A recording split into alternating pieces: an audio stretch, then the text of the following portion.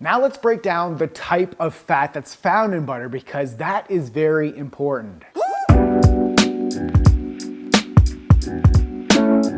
On today's episode of LiveLeanTV, I'm answering the following viewer question. Is butter and lard healthier than vegetable oils? But before I get into that, do me a huge solid and click that like button right down below. This simple action feeds the YouTube algorithm, so our videos can be sent out to more people.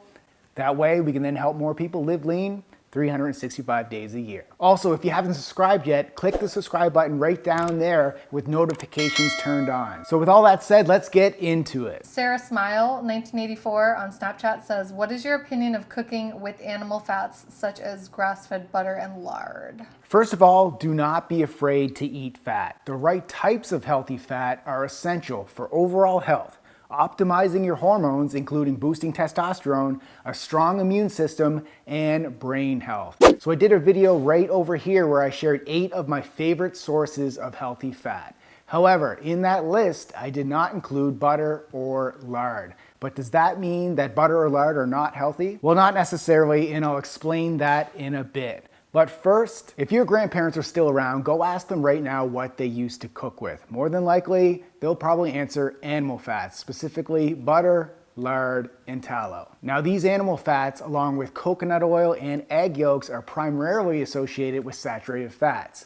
And unfortunately, based on a lot of flawed studies from the 1900s, some people today still think saturated fats equals clogged arteries. Now, during this time, vegetable oil producers created and heavily marketed that vegetable oils, which contain man-made industrial trans fats, were a healthier alternative to saturated fats. So then the question is butter and lard healthier than vegetable oils? So let's analyze and compare each one, starting with butter. Now, I'm pretty sure you're all very familiar with what butter is. If not, butter is just a dairy product that's made from cow's milk or cream. And butter is high in vitamin A, CLA, and butyrate. Now, as explained in this video post right here, CLA is a type of fat that may reduce body fat, improve your immune system, and butyrate is a type of fat that may improve digestive health and decrease inflammation. So butter also has a smoke point of 300 to 350 degrees Fahrenheit, meaning it's better for cooking over lower heat. So lastly, if you like butter but you avoid dairy because of the lactose, I have some good news.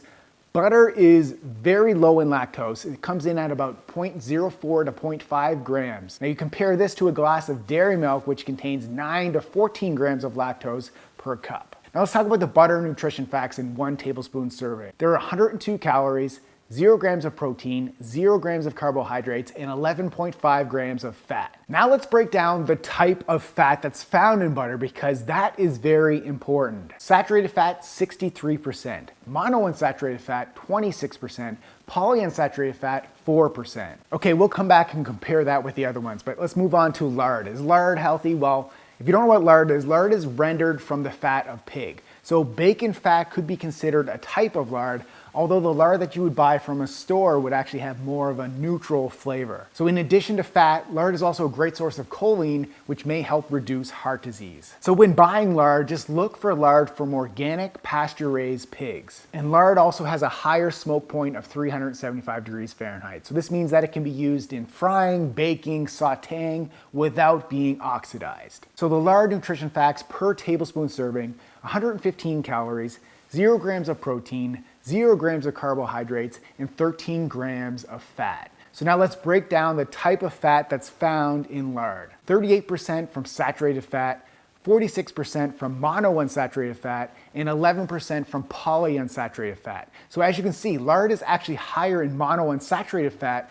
although most people consider it to be primarily a saturated fat. So let's quickly talk about, is tallow healthy for you? So tallow is rendered from the fat of a beef or lamb. Tallow nutrition facts from 1 tablespoon, 115 calories, 0 grams of protein, 0 grams of carbohydrates, and 13 grams of fat.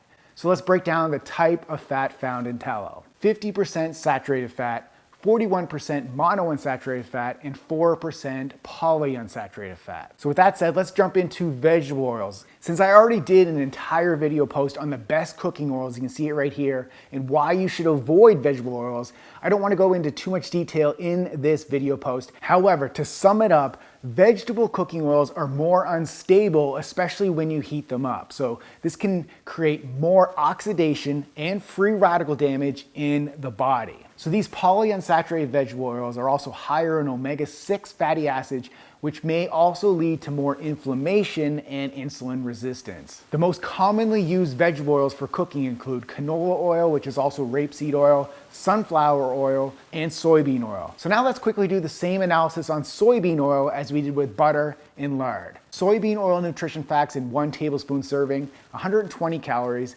0 grams of protein, 0 grams of carbohydrates, and 14 grams of fat. Now let's break down the type of fat found in soybean oil. 15% saturated fat, 22% monounsaturated fat, and 57% polyunsaturated fat. So bottom line here, from a macronutrient perspective, all these sources of fat are fairly equivalent in calories and fat. However, it's the type of fat that is the issue. So unlike animal fats such as butter and lard, vegetable oils are high in the inflammatory omega-6 fats. So this imbalance of omega-3 to omega-6 fats may lead to further inflammation and obesity. And this is one of the main reasons why cooking with animal fats or a healthier cooking oil such as avocado oil is healthier than vegetable oils. So with all that said, we don't usually cook with butter or lard, but I am open to it. I just prefer to cook with avocado oil since it has a healthy fat ratio and a higher heating and smoke point. And although when I'm making bacon, sometimes I will cook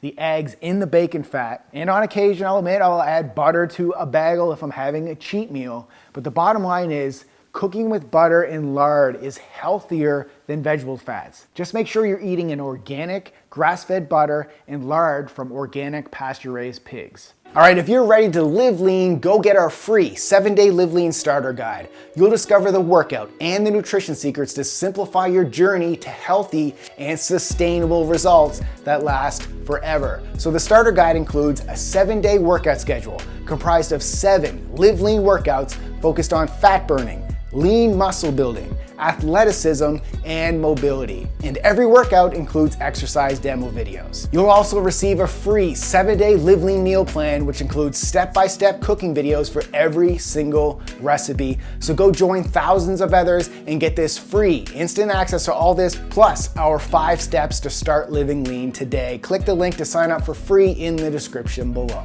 Question of the day, do you use butter or lard to cook with? And what type of cooking oil do you use? Share your experiences in the comments section below. So now I want you to go watch this video right over here on the best cooking oil for high heat.